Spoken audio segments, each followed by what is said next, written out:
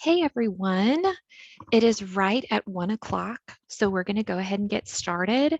Happy February to everyone. January, I've heard some people say it was, a long year, but we made it through January. So anyway, but happy February. This is Stephanie Loop. I'm going to be presenting today our monthly call. So we'll just go ahead and get started. I have put the link to the training slides in the chat box.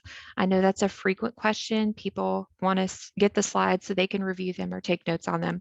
So they are in your chat box if you need to reference that. But we'll go ahead and get started. So today we're going to talk about the Hunger Heroes nominations. We're going to talk about the Louisiana Festival of Flavors Team Nutrition Subgrant. We're going to talk a little bit, as we always do, about our state oversight plan. We're going to talk about P-EBT, that's such a popular topic. We're going to talk about the Medicaid demonstration project, supply chain disruptions, along with the supply chain assistance funds. Hopefully y'all were able to catch that training that we had last Wednesday. We're going to talk about commodity storage payments, school year 2021-2022 food service flexibility reminders to see where we are, what we can do with the flexibilities that USDA has given us. We're going to discuss training updates, and then we are going to discuss other program reminders. So we've got a full list of things to talk about today. And we'll try to be really respectful of your time because we know how busy all of you are. So first, we're going to start with the Hunger Heroes nominations. I don't know if y'all all remember Ariane from No Kid Hungry. She came on our call in January and announced this Hunger Heroes nominations. They are accepting nominations through today. Today, February 1st, 2022 is the deadline for these Hunger Heroes nominations. And your Hunger Heroes can be a variety of people. They can be your nutrition workers, teachers, custodial staff, social workers, school bus drivers, community partners. It could be anyone in the community who goes above and beyond to ensure that kids have the food they need to grow and thrive. And we know that's what you've all been doing during this pandemic, and you were doing it before the pandemic. But as part of the celebration, all nominees are going to be listed in the No Kid Hungry Heroes Hall of Fame. And the top winners from across the state are going to be selected for really exciting prizes like custom swag bags, Amazon gift cards, and more. So if you know someone or someone on your staff or another director that you know, whoever, if you feel like they are a Hunger Hero, you can follow the link. If you go to the link to download the slides, you'll be able to access that link and you can nominate your Hunger Hero. And that's also went out in a blast in Memo SFS 22-72. Okay, next we're going to talk about the Louisiana Festival of Flavors Team Nutrition Subgrant. And the more I hear about this grant, the more excited I have gotten about it. It's really, really cool. So the project plan is to develop 2 new standardized recipes that are going to incorporate local ingredients or local agricultural products and regional cuisine preferences. These meals are going to be served, or these recipes are going to be served as part of a reimbursable meal. There's going to be taste testing, promoting the recipes to the school community, a couple of nutrition education activities, and there's also going to be individual training and assistance from Chef Cindy. I don't know if any of you have been on trainings with Chef Cindy. I got to participate in one with her. She's really awesome. She's amazing. So Chef Cindy and the K-12 culinary team are going to be involved in that. And then the recipes are actually going to become part of USDA recipes. So they're going to be standardized recipes that anyone across the country can find in the ICN Child Nutrition recipe box. So there's going to be 8 participants, and they are going to be our recipients. They're going to be announced at the Feeding Children Summit, which is going to be held February 10th and 11th at Pennington. And the award amount is $21,000. So there's even going to be some more opportunities with this grant. And I think it's going to be a really exciting, and it'll be wonderful for people across the state to have access to these local regional recipes. All right, let's get into our state oversight plan. So first is our administrative reviews.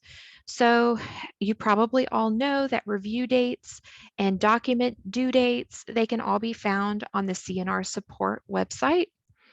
As a reminder, the review date is listed as the Monday of the review week. So the review date may not be that Monday, but it's going to be sometime that week. CNR is going to coordinate the exact date of the site visit with the SFA. The review schedule is on the CNP website and it's been updated to reflect those review dates. Okay, so let's talk about the waiver of on-site monitoring requirements in the school meals programs. The effective dates of this waiver are July 1st of 2021 through 30 days after the end of the public health emergency. So that means this waiver is still in effect. It allows the on-site portion of the administrative review to be conducted through off-site means. So that means essentially desk audits. It also allows the SFA on-site monitoring that's due by February 1st to be conducted through off-site means. So hopefully you all know that today is the due date for those on-site monitorings that you complete each year. So if you have more than one site in your SFA, this on-site monitoring is due every year by February 1st, but it can be completed through off-site means. So if you haven't completed that on-site monitoring, please make sure you do so ASAP. The monitoring requirements for the SSO are the same as the NSLP, so that is in effect for today. And then we also have the waiver of on-site monitoring requirements for state agencies in the CACFP. So the effective dates of this waiver are October 1st of 2021 through 30 days after the end of the public health emergency. So again, this one is still in effect, and it allows the on-site portion of the monitoring review to be conducted through off-site means, again, essentially a desk audit, and this is for CACFP. All right, next we'll talk about Pandemic Electronic Benefits Transfer, or P-EBT.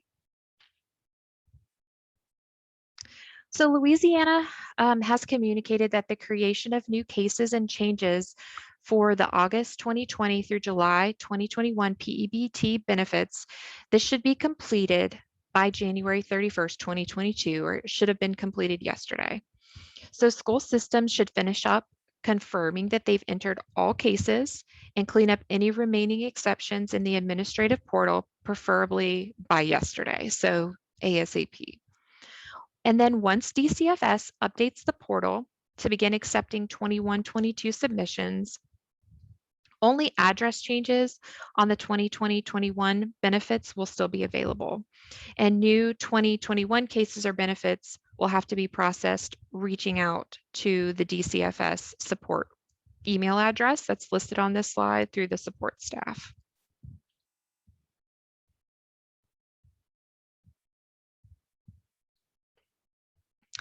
The following guidance has been provided for determining if an absence is COVID-related and therefore eligible to be counted for assigning hybrid or virtual designations. So any absences where the school directs students to stay home for a COVID-related reason, as long as students are home at the school's discretion and the school is acting out of concern about COVID, then these are P-EBT eligible days. So this would include a school-ordered quarantine of a student, a group of students, a classroom, or a school. It would also include any other stay-at-home order mandated by the school, whatever its duration, as long as it's part of the school's or the state's protocol for managing COVID outbreaks, positive tests, potential exposures, etc. USDA isn't going to second guess any state or school that directs students to stay home for COVID-related reasons. So that is really up to the school or the state's discretion. More on P-EBT eligibility COVID-related absences. In states or schools without a written stay-at-home policy, any absence initiated by the parent that is recognized and accepted by school officials as COVID-related.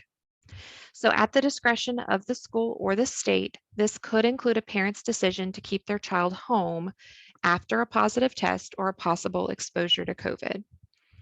It could also include, again, at the discretion of the school or the state, a parent's decision to keep their child home after exposure at school in cases where the school does not direct the child to stay home. So in all cases, the school may count these as P-EBT eligible days if the school records them as excused absences and then additionally recognizes or accepts them as being COVID related. However, schools and states should not simply count every excused absence as a P-EBT eligible day. So in addition, states should not count unexcused absences as P-EBT eligible days. It really needs to be documented specifically as COVID related. 2021-22 P-EBT definitions and qualifications. So virtual is described as a student's learning mode is approved and designated as virtual, and the student only attends school in a virtual mode. So it's completely virtual. Then we have quarantine or at-home learning. A student's learning mode is assigned as in person, but has learned remotely due to COVID for 1 or more days. So it's a minimum of 1 day. And then only schools participating in NSLP or National School Lunch Program are eligible. For CEP schools, all students qualify for P-EBT benefits for COVID-related absences. So it's across the board, all students at CEP schools. For our non-CEP schools, students must qualify for free or reduced price meals in order to qualify for the P-EBT benefit for COVID-related absences. And as a note, parents or guardians of students attending a non-CEP school must complete the 2021-2022 free or reduced price lunch application and be approved to qualify for benefits. Newly eligible children will receive benefits starting at the beginning of the month in which they become certified. Unfortunately, the benefits are not retroactive. They don't go back to the beginning of the year. They start at the month in which they became certified. Students attending a non-NSLP eligible virtual school also do not qualify for P-EBT benefits. You must belong to an NSLP eligible school. So for virtual students, the student only attends school virtually and will receive tier 3 to 18 days or 18 days of meal benefits. Quarantine or at-home learning. So if we look at the chart below, if they have 1 to 5 days a month in quarantine or at home, they're designated as tier 1, which is 3 days of meal benefits. If they've been at home for quarantine for COVID-related reasons for 6 to 15 days in a month, they're designated as tier 2, and that is equal to 10 days of meal benefits. And if it's 16 or greater days a month, they're considered tier 3, and that will be 18 days of meal benefits. So that would be virtual students would be considered 16 or greater days per month, and they would receive 18 days of meal benefits. There's no deviation on the number of days for each tier due to school calendars having less or more learning days in a given month. The P-EBT benefits are tied strictly to the number of days the child was quarantined or on at-home learning and attended school as required. Unexcused absences, non-COVID sick days, weather days, and other attendance statuses do not qualify as P-EBT benefit days. All data will need to be submitted via the P-EBT administration portal. It's highly recommended that data managers enter and create cases directly within the portal to reduce the number of exceptions caused by data errors in uploaded data files.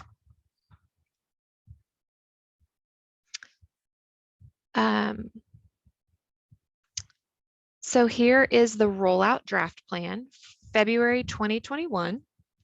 A new data upload file for 21-22 will be released. I think this should be February of 2022. Updates to the administration portal for the new criteria will be pushed into production. Data managers should begin ensuring that all student data is accurate within their SIS related to COVID, virtual quarantine, at-home learning, whatever their mode of learning was. And then revised P-EBT requirements will be provided to SIS vendors for developing reporting exports. Payment and data submission dates will be finalized and shared with the data managers. And then the ending dates for the school year 21-22 P-EBT submissions are being considered and will be communicated as part of the announcement of the program.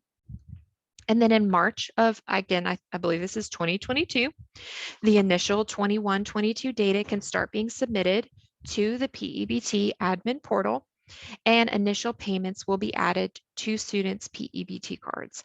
And I know that families are encouraged to hold on to their, if they've received a P-EBT card in the past, they can hold on to that card and it can be uploaded directly to that old card.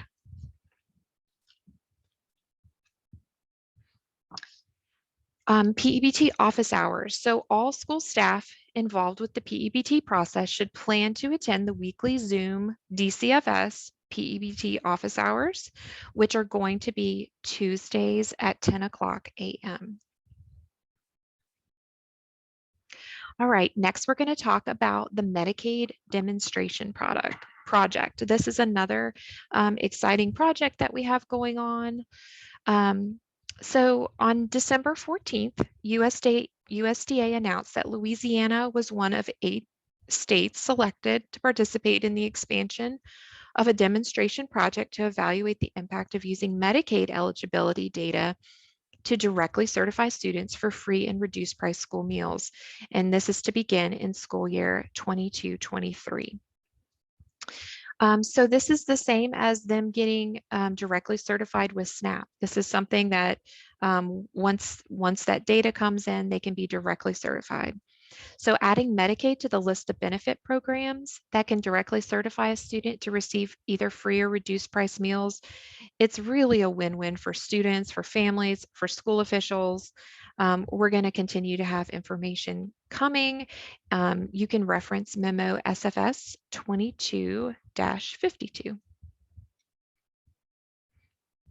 Okay, next we're going to talk about supply chain disruptions and micro purchase thresholds. I hope that all of you were able to attend the supply chain assistance funds training that we had last week. I think it was a lot of really good information. But as we all know, there's some major supply chain disruption issues that we're still facing and seem to be continuing to face as this pandemic continues. So due to COVID-19, a lot of SFAs are facing supply chain disruptions, including severe product shortages, unexpected substitutions of food products, the unanticipated cancellation of food and supply contracts, as well as increased food and supply prices. And we've heard this just across the board, across the entire state, and I believe it's just across the whole nation. So here's some resources for you if this is something that you're still struggling with. There was a question and answer regarding emergency procurement due to supply chain issues. This came out as memo SFS 22-13. And again, like I said, I'm going to again put the link to the slides. And if you click on the link to the slides, you'll be able to open all the links within this presentation. And somebody was asking, and I'll go back and look at all the questions at the end, but the video of the supply chain assistance funds will be uploaded to the website shortly.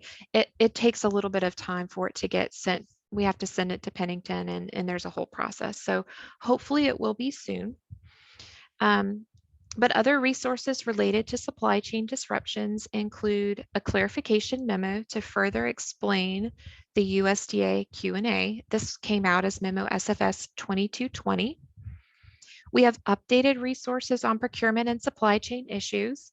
This came out as memo SFS 22-22.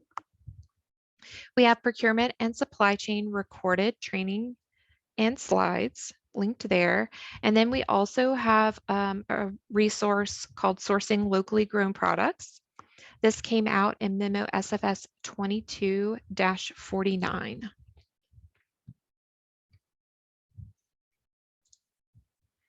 Okay, so supply chain assistance funds. This won't be as thorough as the training that we had earlier last week, but this will give you an overview of the supply chain assistance funds that are coming. So this again is really exciting.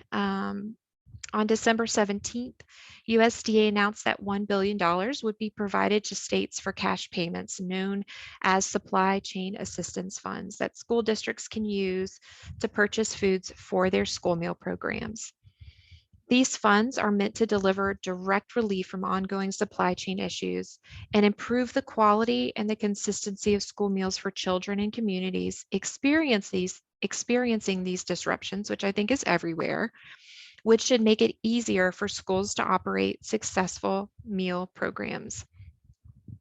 Louisiana is set to receive over 16 million, about 17 million in supply chain assistance funds to distribute to NSLP participating schools.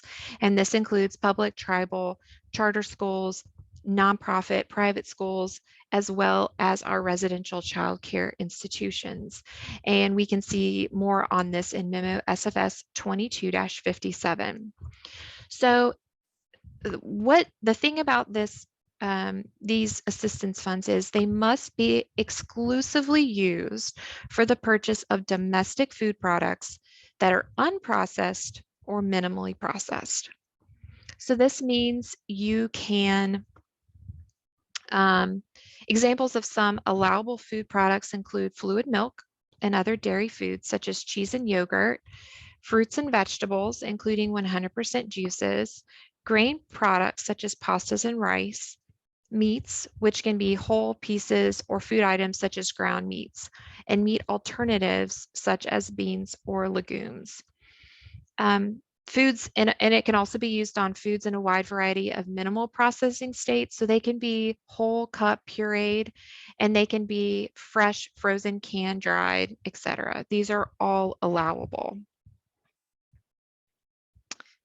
The steps the SFAs must take to ensure that the food products are domestically grown and purchased with the SCA funds are consistent with the measures taken for all other purchases in the school meal program. So that Buy American requirement is attached to every single purchase with these SCA funds. The difference is that the limited exceptions provided under the NSLP Buy American provision may not be used since all products must be domestic. So, you can have an exemption typically under NSLP or SSO. Well, with these funds, there's no exemption. All products must be domestic. So in addition, as with all federal funds, the SFAs are required to follow federal procurement regulations, which are found in 2 CFR 200, which includes the option to utilize emergency non-competitive procurements. So what isn't permitted? So foods that are generally understood to be significantly processed or prepared may not be purchased. So here's our example. Crushed tomatoes, allowed. Shredded cheese, allowed. Whole wheat flour, allowed. Sliced vegetables, allowed. They're all individually allowable. However, a pre-made pizza that's made up of those ingredients would not be allowable. So individually, each of those items, if grown in the United States, grown and processed in the United States, are allowable. However, a pre-made pizza that's already put together is not allowable. Other examples of unallowable products include baked goods, such as breads, muffins, or crackers, prepackaged sandwiches or meals, or other prepared and or pre-cooked items like chicken nuggets that come ready to eat or that require no further preparation beyond heating. So, and then again, non-domestic food products cannot be purchased with these SCA funds. So what CNP programs can the fund support? Funds are available only to the SFAs that are participating in the NSLP and or school breakfast program, and they may only be used by SFAs to purchase unprocessed or minimally processed domestic food products for these programs. So it's specific to NSLP, SBP, and of course, under that SSO. And this also includes after-school snacks. So this includes NSLP Seamless Summer Option, which is the SSO, NSLP after-school snacks, because they are components of the NSLP. As such, if an SFA operating NSLP and or SBP operates child nutrition programs such as the Fresh Fruit and Vegetable Program, the Summer Food Service Program, and or CACFP, these funds may not be used in conjunction with those programs. So the SFA must limit the purchase and the use of domestic food products to support only the NSLP SBP meal service. I can't really give you an answer as to why, but that is what USDA has come out with, and it is specifically for NSLP. So state agencies are strongly encouraged to begin issuing funds as soon as is practicable, and preferably no later than March 1st of 2022. And I can tell you at the state agency, we've been working hard getting all of that data together, figuring out everyone's enrollment and obligating those funds. So the final obligation deadline for state agencies is September 30th of 2023. So how much are you going to get, right? So starting with the full amount allocated to the state agency, the calculation steps were completed in the following order, or are being completed in the following order. So there's a base payment to each eligible SFA of $5,000. If you are an SFA participating, you will get $5,000 in these SCA funds. And then from there, allocate remaining funds in proportional amounts based on each SFA's share of statewide student enrollment reflective of October of 2021. So we've taken a look at everyone's October 2021 enrollment data, and that is how these funds were allocated. So obviously, the more your enrollment is across your entire SFA, the higher amount of SCA funds you will receive. Okay, so what are the documentation requirements, right? This is what we always come in across. So SFAs are required to maintain documentation supporting food purchases that are allowable for SCA purposes. So these are unprocessed or minimally processed domestic food products, an equal amount received consistent with the regular program record keeping requirements. So for instance, you may, once these funds are dispersed, you may start holding back all of your milk receipts because your milk is domestic and it's minimally processed. So you may start holding back those receipts in the amount received. That's one example. However, SCA funds deposited into the nonprofit food school service account do not need to be separated from other monies within the account. They're not tracked separately from an accounting standpoint. It's basically you need to show that you spent the amount of money received in SCA funds. Your attestation requirement. So state agencies, we are going to develop and distribute to all SFAs that are going to receive these SCA funds an attestation document by which those SFAs are going to attest that they are experiencing supply chain disruptions and related financial difficulties or need, which we know you all are, that you're only going to use the funds to purchase domestic, unprocessed, or minimally processed foods, that you will not use the funds for labor, indirect, or other administrative expenses, that you will comply with all record keeping and review requirements per 7 CFR 210.9B17, as well as 7 CFR 210.18, which would include maintaining documentation demonstrating appropriate use of SCA funds. And then also that you will comply with all applicable federal procurement and financial management requirements per 2 CFR 200. So be looking for that coming out within the next little while that will be something that you're going to attest to in order to receive that funding.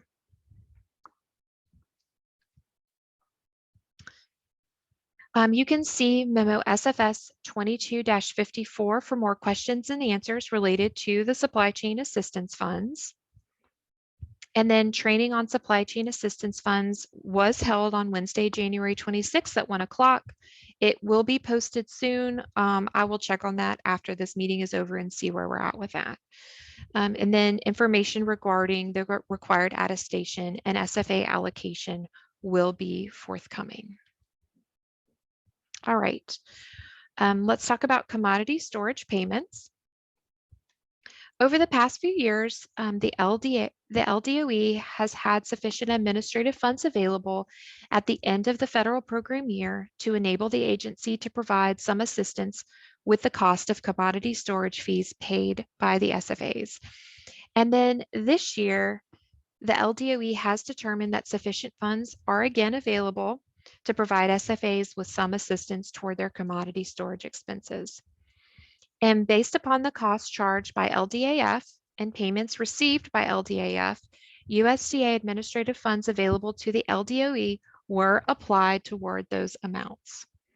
According to the LDOE appropriation control staff, payments should have gone out on December 21st of 2021 via EFT.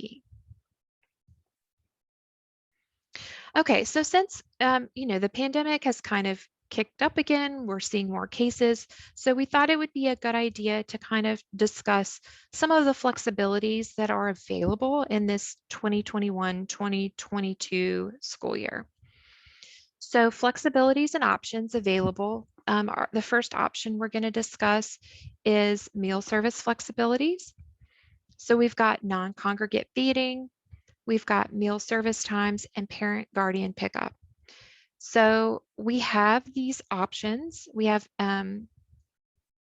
if you're doing all in-person learning, it may not be needed, but it can be used when necessary for safety reasons. If you've got hybrid learning due to COVID-19, these meal service flexibilities may be used as needed, especially for children learning virtually. And then if you have to go temporarily virtual learning due to COVID-19, these meal service flexibilities may be used as needed during virtual learning. So again, those are the non-congregate feeding, the meal service times, and then the parent guardian pickup. The next flexibility that we have is the meal pattern flexibilities. These are targeted flexibilities that may be used as needed in in-person learning. For example, schools may conduct emergency non-competitive procurement, or they may request targeted waivers due to supply chain disruptions related to COVID-19. If your school is in a hybrid learning situation due to COVID-19, these targeted flexibilities may be used kind of the same way. They may need certain flexibilities for virtual learners who receive the grab-and-go meals and may conduct emergency non-competitive procurement or request targeted waivers due to supply chain disruptions related to COVID-19. And then if you are temporarily virtual due to COVID-19, again, these targeted flexibilities may be used as needed.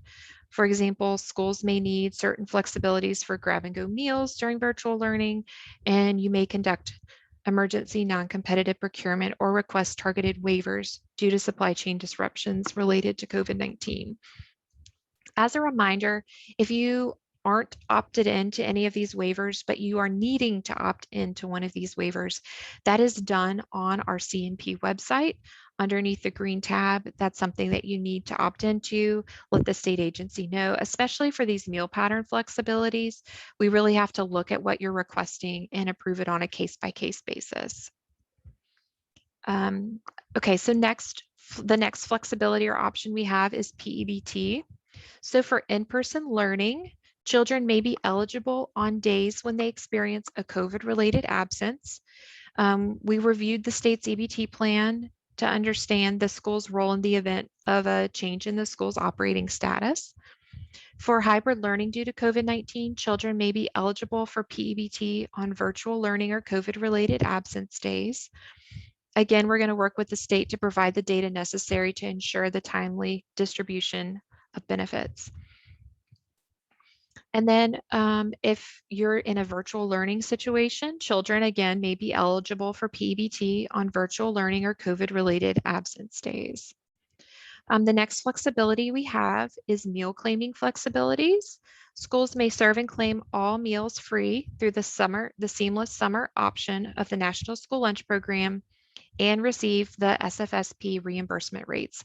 And I think you probably all know that new reimbursement rates came out in early January, and they did go up by a significant amount. So that is something exciting. Those new reimbursement rates for SFSP will be applied in January because the SFSP, the Summer Food Service Program year, operates January through December, unlike NSLP. Our next flexibility or option is after school care program flexibilities. Schools may participate across the board regardless of the type of learning model you're currently in. Schools may participate in the after school care program flexibilities and serve and claim all meals and snacks at the free rate, regardless of their location and regardless of the learning model. Okay, so let's talk a little bit more about delivery of meals to homes. The non-congregate and mealtime flexibility waivers allow the option to provide meals through delivery. So the sponsor must obtain, this is important, the sponsor must obtain written consent from the households of eligible children that the household wants to receive delivered meals. That written consent prior to delivery is very important. Delivery plans also must be approved by the state agency prior to providing meals to homes. So that is something that needs to come over to us prior to starting anything. And if the plan is changed after approval, the new plan must be approved by the state agency. Specific school meal pattern flexibility. So the following specific requirements are waived through June 30th of 2022 for the NSLP SBP. That menus meet the dietary specifications for sodium, and any and every school should have applied for this sodium flexibility.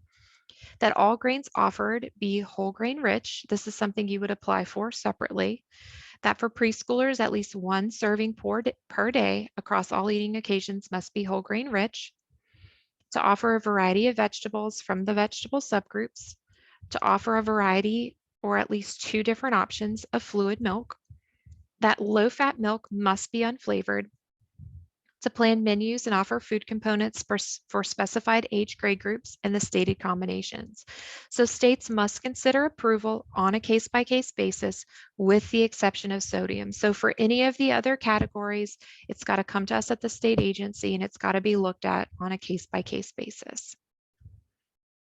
So the congressional flexibility was extended through February 18th of 2022. Division A of the Consolidated Appropriations Act of 2021 allows the substitution of vegetables for fruits under the school breakfast program through, actually this one is through the entire school year of 2021-2022. The flexibility prohibits funds from being used to procure raw or processed poultry products from the People's Republic of China and child nutrition programs. And this one was extended through February 18th of 2022. It provides guidance related to the pricing of paid lunches for the NSLP during school year 21-22, and it allows the offering of low-fat 1% flavored milk in the NSLP and SBP. This one was also extended to February 18th. Please see Policy Memo Consolidated Appropriations Act 2021, Effect on Child Nutrition Programs revised. And please note that while the expiration date for these provisions was originally listed as September 30th of 2021 in the memo, they have been extended to February 18th of 2022. Here we have the waiver to allow fiscal action flexibility for meal pattern violations. So this waiver for the following regulations when there's no supply chain disruption with respect to food served under the NSLP, SBP, or SSO, and such disruption is due to COVID-19. So the requirement that the state agency, the USDA requirement to apply fiscal action for missing food components or missing production records as detailed in 7 CFR 210.18, as well as the requirement to apply fiscal action for repeated violations involving milk type and vegetable subgroups detailed in 7 CFR 210.18. And those are in L2, 1 and 2. So when determining whether this waiver is applicable during an administrative review, state agencies should consider all of the information SFAs have available that illustrates that a COVID-19 supply chain disruption has occurred. This waiver is also available through June 30th of 2022, and you can see memo SFS 21-X243. Here we have the specific CACFP meal pattern flexibilities. So these following specific requirements are waived through the end of this school year, June 30th of 2022 for CACFP. That at least 1 serving per day of grain must be whole grain rich, that crediting of grains by ounce equivalents must be fully implemented by October 1st of 2021, and that low-fat milk must be unflavored.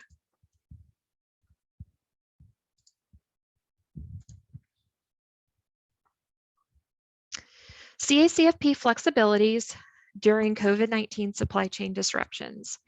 To the extent practicable, the state agency and sponsoring organization should use discretion to provide technical assistance in lieu of fiscal action when they observe noncompliance related to meal pattern requirements due to COVID-19 related supply chain disruptions during the federal fiscal year of 2022.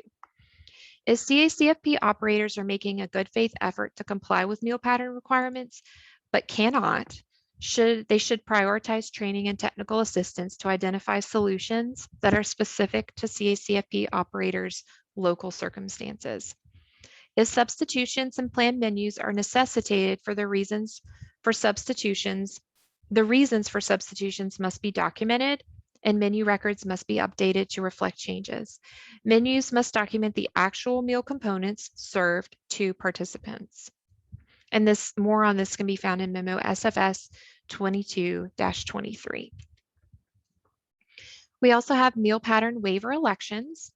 Due to the continued disruptions in the supply chain issues, USDA is allowing the state agency to extend the meal pattern flexibilities through June of 2022. So as a reminder, the SFA must maintain documentation for any unforeseen vendor delivery and/or shortage issue that prevents an SFA from meeting the meal pattern. This documentation doesn't have to be submitted to the state agency, but it just needs to be maintained on file should it need to be reviewed at a later date. More on this can be found in SFS 22-43. So here's our expiration dates. Currently, USDA does not have waiver authority past June 30th of 2022. So at this time, all USDA waivers will end on June 30th of 2022.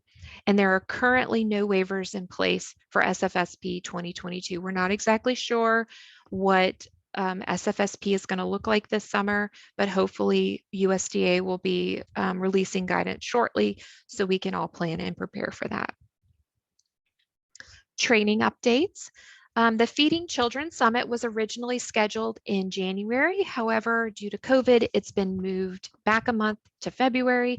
It's going to be on Thursday, February 10th through Friday, February 11th. It's going to be 1.5 days. It's going to be held at Pennington Biomedical Conference Center in Baton Rouge. They've assured us that it's going to be in person following all COVID precautions. You can see memo SFS 22-68 for more information on that. It's going to be a collaborative event to discuss where children eat, how children eat, and what children eat. And I know we've got some exciting speakers that are going to be there. I know it's through the Partnership for Children and Families, and they're working hard to get this event together for us. The registration process is changing slightly in March.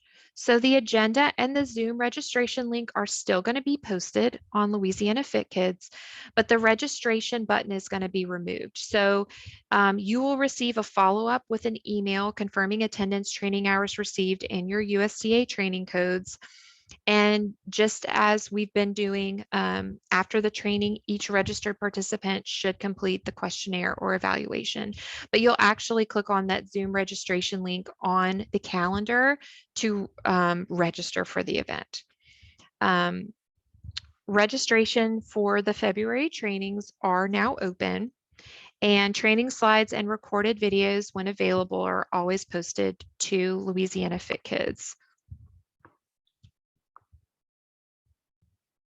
Registration, again, we're open for February. We've got today's call. We've got procurement in action coming up on Wednesday, February 9th. We've got writing bid specifications on Wednesday, February 16th. We've got CEP with a focus on new CEP manager portal at 1 p.m. on Tuesday, February 22nd. And our next monthly call will be held on Tuesday, March 8th, 2022 at 1 p.m. So this one's actually going to be on the second Tuesday because the first Tuesday is Mardi Gras. And I know as much as you all love these meetings, that's probably not how any of you want to spend your Mardi Gras this year. We have ICN-free virtual instructor-led trainings. You can register to attend free live interactive training sessions for child nutrition professionals. You can find dates and times at the link on this slide. Registration, they typically limit it to 25 participants per session, so you'll need to act quickly if you want to attend a free virtual instructor-led training. I've attended a couple and they're really excellent trainings. Here's our SFSP training save the date. We've got March 15th and 16th. March 15th, we've got our SFAs and returning sponsors. That'll be on the 15th or the 23rd. And on March 16th or March 24th, we'll have new sponsor training. It's going to be virtual this year. Again, like it was last year, we've started working on that now. So mark those dates down. They'll be posted on Louisiana Fit Kids as soon as possible. Here's some other program reminders. For SFAs operating under the Seamless Summer option in school year 21-22, the combined operating and high administrative rates of reimbursement per meal type effective from January 1st, 2022 through the end of the school year are as follows. So this is our SFSP rates applied under SSO. So for breakfast, the rate is $2.60.50. For lunch, it's $4.5625. And then snack or supplement is about $1.08. And you can see more about that on memo SFS 22-67. For school year 21-22 claiming, if you are operating regular NSLP SBP for breakfast, lunch, and snack, the SFA claim, the SFA will claim the NSLP SBP claim. So you will claim as usual. But if you are operating for SSO for breakfast and lunch and after school snack, you're going to claim breakfast and lunch under the seamless section of the claim. That's the green section. And you're going to claim snack under the regular NSLP section of the claim. We have slides and video from the claim training on October 13th that can be found on Louisiana Fit Kids. There should be no double entry of breakfast or lunch meals under both areas of the claim. So you should never enter your breakfast under NSLP and then enter the same data again under breakfast on SSO. So you should never have the same meal under that regular portion of the claim and the green portion of the claim. It should be one or the other. Breakfast and lunch meal data should only be input once under the appropriate section, and there should also not be double entry of snacks under NSLP after school snack program and CACFP at-risk after-school snacks. So you're either claiming your after-school snacks under NSLP after school snack or under CACFP at-risk after school snacks. You would never claim that after school snack under both. And we actually manually check that to make sure that claims are being done properly. So here's some claim definitions for SSO. Your free eligibility is the maximum number of free price eligible students on any given day during the claim month for this school. Your total enrollment is the highest number of students enrolled at this school for the claim month. And when you're operating the seamless summer option, your free eligibility and your total enrollment, they should be the same. They should match. The number of free eligibles should equal your total enrollment. Your total attendance should be the sum of student attendance for all days at this school for the claim month. And then the school days is the number of days the school was in session during the claim month. So here's an example of a seamless summer claim for lunch and breakfast. There's no snack on this one. So you can see under that green section, our free eligible and total enrollment on the right side of that green section match 341 and 341. We have our school days is 19 and our total attendance is 5,774. Now here's an example with a snack. So again, if we look at the seamless part first, this is where our breakfast and lunch data is going. We had 783 free eligibles, which matches our 783 total enrollment.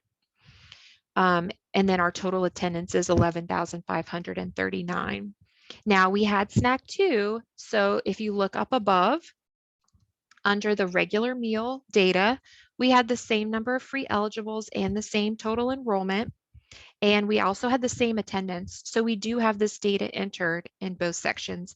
And you'll notice on both of those, there are no reduced eligible students and no paid eligible students. Both of those sections are 0 under both the regular meal and the seamless waiver. To date, USDA has released 4 question and answer memos regarding CNP operations in school year 21-22. So they provide clarification on questions related to CNP operations during school year 21-22. We have memo SFS 21-X184 for questions and answers on CNP operations in school year 21-22. We have memo 21-197 for previously issued questions and answers related to the operation of CNPs, and that was updated for this school year. We have memo SFS 21-205 for CEP operations during school year 21-22 questions and answers. And we have memo 21-255 for questions and answers for CNP operations in school year 21-22. So meal applications and SSO. So the school meal applications are used to determine the eligibility for free or reduced price meals and by extension to P-EBT eligibility. SFAs must make applications available as needed to certify children for free and reduced price meals, and they may be used to qualify newly eligible children for school year 21-22 and summer 2022 P-EBT benefits. And this is just a reminder that meal applications are never to be used at CEP schools. These are for traditional schools that even if you're operating SSO, these meal applications should still be made available for these reasons. All SFAs operating SSO, even those not planning to process applications, they are still required to use eScholar to directly certify students. So these updates are made available monthly, and the requirement to notify households of direct certification eligibility has not been waived. So the December file is now available in eScholar. There are still a few school systems that have not run direct match in this school year, but direct certification is still a federal requirement of the school meals program, even while we're operating SSO and all children are eating free. TANF is available for matching through eScholar. The file download will be the same format as SNAP. They've worked really hard on this. So both SNAP and TANF files should be accepted. by food service software without overriding any SNAP data. Both the DM index and the 3.0 file are available for download. And just a reminder that participation in TANF also provides automatic eligibility for free meals or direct certification. The verification summary forms were due to the state agency on January 10th. I think almost everyone has made corrections and gotten them back in. We're really close. SFAs that didn't complete the verification process still needed to complete the verification summary form. And this included RCCIs, district-wide CEP, and SFAs that didn't have any applications on file as of October 1st of 2021. I believe we've talked through this with all of you, but if you have a question about this, please reach out. Procurement update. We still have emergency provisions due to the public health emergency. So this includes the suspension of the Louisiana public bid law, and it allows emergency procurement of goods and services necessary to respond to the COVID-19 emergency. This most recent extension is now good through February 16th of 2022, or as extended by a subsequent proclamation. And as a reminder, the regulatory authority found in federal procurement regulations allows operators to use the emergency non-competitive proposal procurement method to negotiate a new one-year contract for school year 2021-2022. By regulation, schools shall obtain a minimum of 2 food safety inspections during each school year. NSLP sponsors are required to request in writing 2 health inspections per year at both the beginning of the school year with a follow-up request documented by April 15th if both inspections have not been received. A delay in submitting this information on the CNP website to LDOE could jeopardize your claim for reimbursement. So for your March claim, you're going to have a reminder appear prior to submitting the claim, and you must provide a response to it. And then for the April claim, you will not be able to submit claims beginning in April until health inspection reporting has been done for each NSLP approved site. eScholar updates. The LDOE has worked closely with eScholar on a project that will improve the matching system. So address matching should be released very, very soon. This improved system allows schools to match student enrollment data against program records to determine eligibility. The updated system supports multiple agency programs such as SNAP, TANF, foster care, migrant students, DC extended, and manual matching. So this is a really great addition to eScholar. The CEP manager will be released in time for the April 2022 CEP population data and CEP elections. In anticipation, SFA should ensure that all student matches, including manual matches and address matches, should be completed in eScholar to ensure correct population data is in the system. The CEP training on February 22nd of 2022 will focus on the new CEP manager system. I would highly encourage you to mark that down on your calendar and plan to be in attendance on that training. All right, thank you for bearing with me. That was a lot of information. We know I'm going to try to answer. We just only have about 2 minutes left. I'm going to try to answer questions really quickly, and then we will end the call. I had one question of if you are operating SSO right now, will you be required to conduct monitoring in the summer? And the answer is if you are switching to SFSP, yes, you will have to do pre-operational visits if that's required, as well as the first week and the first 4 week if required. We'll see what USDA comes out with in terms of waivers, but yes, if you are operating SSO now, you will still be required to conduct monitoring in the summer. We discussed when the supply chain assistant funds video will be uploaded.